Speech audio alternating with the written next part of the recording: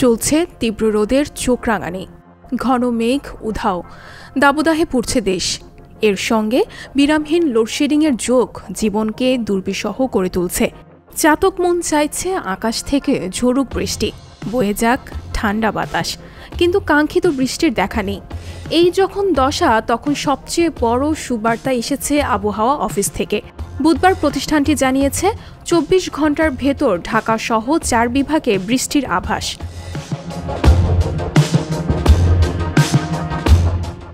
পূর্বাভাসে জানা যায়, বুধবার সকাল ৯টা থেকে পরবর্তী ২৪ ঘন্টার মধ্যে চট্টগ্রাম বিভাগের অনেক জায়গায় এবং ঢাকা, বরিশাল ও সিলেট বিভাগের ২-১ জায়গায় অস্থায়ীভাবে দমকা হাওয়াসহ বৃষ্টি বা বজ্রসহ বৃষ্টি হতে পারে।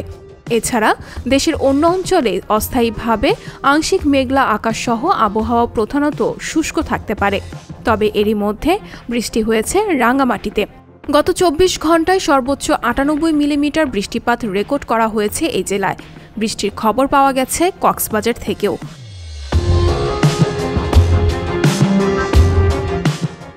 চলমান তাপপ্রবাহ সম্পর্কে আবহাওয়া অফিস জানিয়েছে, রাজশাহী, দিনাজপুর, যশোর ও সৈয়দপুর জেলার ওপর দিয়ে তীব্র তাপপ্রবাহ বয়ে যাচ্ছে।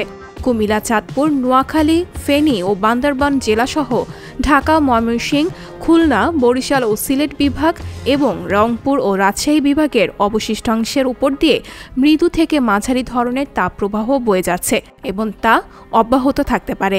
তবে চট্টগ্রাম বিভাগে দিনের তাপমাত্রা ১ থেকে ২ ডিগ্রি সেলসিয়াস পর্যন্ত কমতে পারে। এছাড়া দেশের অন্য এলাকায় দিনের তাপমাত্রা প্রায় অপরিবর্তিত থাকতে পারে। সারা দেশের রাতের তাপমাত্রা প্রায় অপরিবর্তিত থাকতে পারে।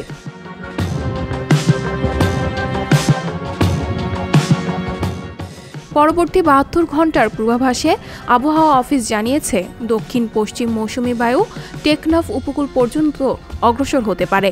ঢাকায় বাতাসের গতিবেগ সম্পর্কে বলা হয়, তা ঘন্টায় ৮ থেকে ১৫ কিলোমিটার, যা দক্ষিণ বা দক্ষিণ পূর্ব থেকে বইছে।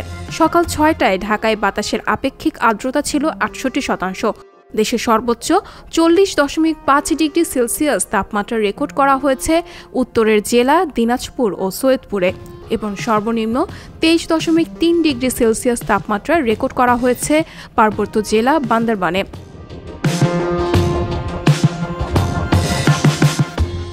আবহাওয়া অফিস আরও জানিয়েছে, পশ্চিমা লঘুচাপের বর্ধিতাংশ এখন পশ্চিমবঙ্গ এবং তৎসংলগ্ন এলাকায় অবস্থান করছে। সঞ্জিতা শম্পা, সংবাদ প্রকাশ। সংবাদ, ফিচার ও অনুষ্ঠানের জন্য ভিজিট করুন সংবাদ প্রকাশের ওয়েবসাইট এবং যুক্ত থাকুন ফেসবুক পেজ ও ইউটিউব চ্যানেলের সঙ্গে।